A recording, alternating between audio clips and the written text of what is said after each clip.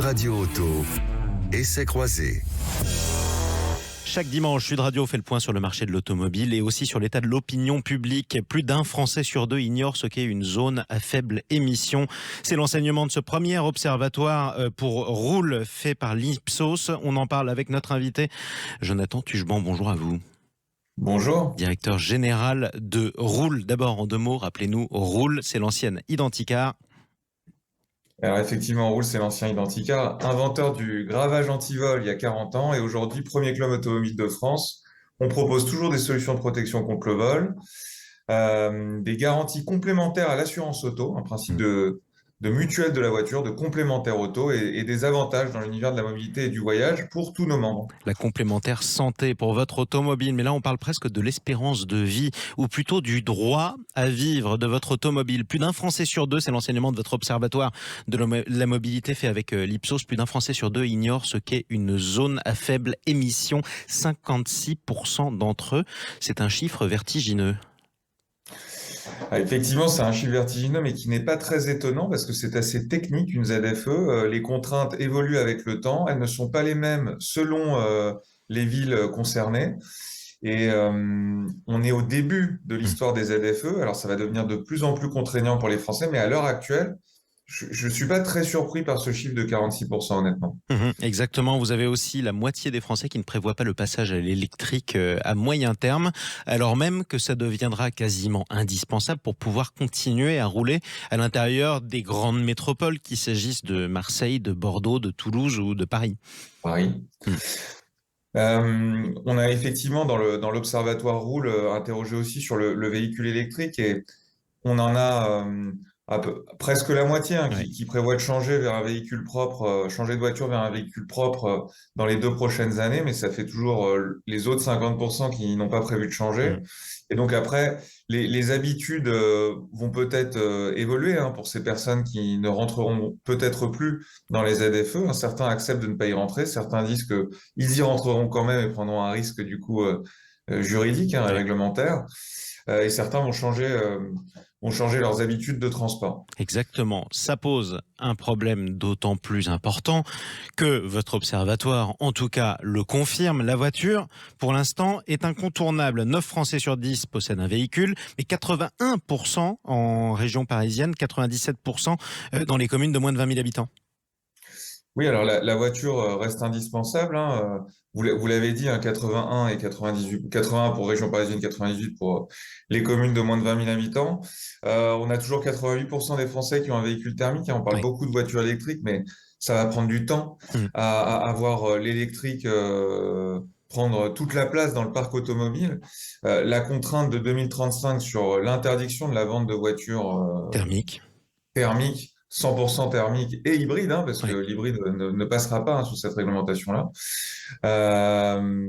nous prépare des années de transformation radicale du secteur et les Français vont devoir s'adapter.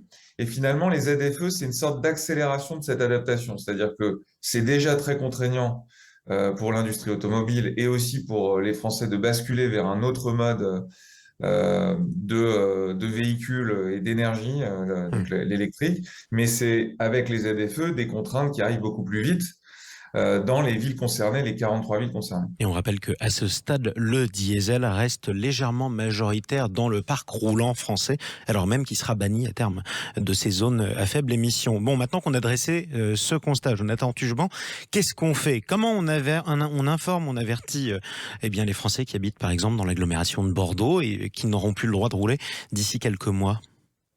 Écoutez, c'était un peu l'objet effectivement de cet observatoire. Et puis, si aujourd'hui on échange, c'est que c'est quand même un sujet d'actualité puisqu'il va rentrer dans le quotidien des Français. Donc, je pense qu'il faut en parler, informer un maximum les Français. Je pense que les communes concernées doivent prendre leurs responsabilités et commencer à communiquer précisément sur le sujet, parce que sinon, quelque part, certains Français vont être piégés. Je rappelle quand même que la voiture, pour les personnes en zone périurbaine ou en zone rurale, c'est souvent l'unique moyen de se déplacer, et notamment pour travailler. Je parle même pas de la vie de famille, des loisirs, etc., mais pour travailler. Donc, il est grand temps de communiquer à la fois sur le calendrier les règles associées, être clair sur les véhicules concernés et pas concernés.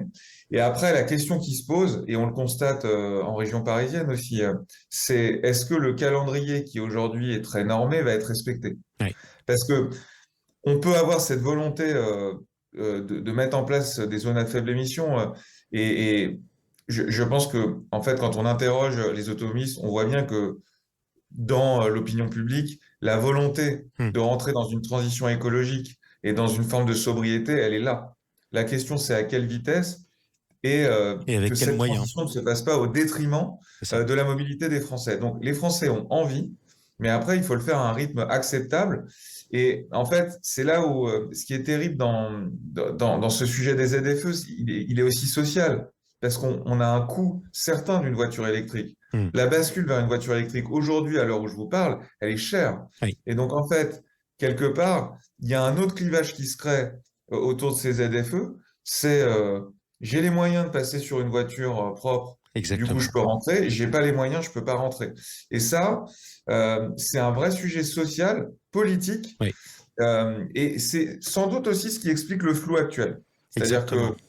on n'a pas forcément un calendrier ferme, très communiqué, parce qu'on n'a pas de solution à court terme pour permettre de résoudre ce clivage social. Et c'est important de le rappeler d'ailleurs. La loi climat et résilience prévoit l'instauration et l'application des zones à faible émission d'ici au 31 décembre 2024, c'est-à-dire dans 2 ans et quelques semaines. Ça, c'est la date butoir. Ça pourrait être instauré avant.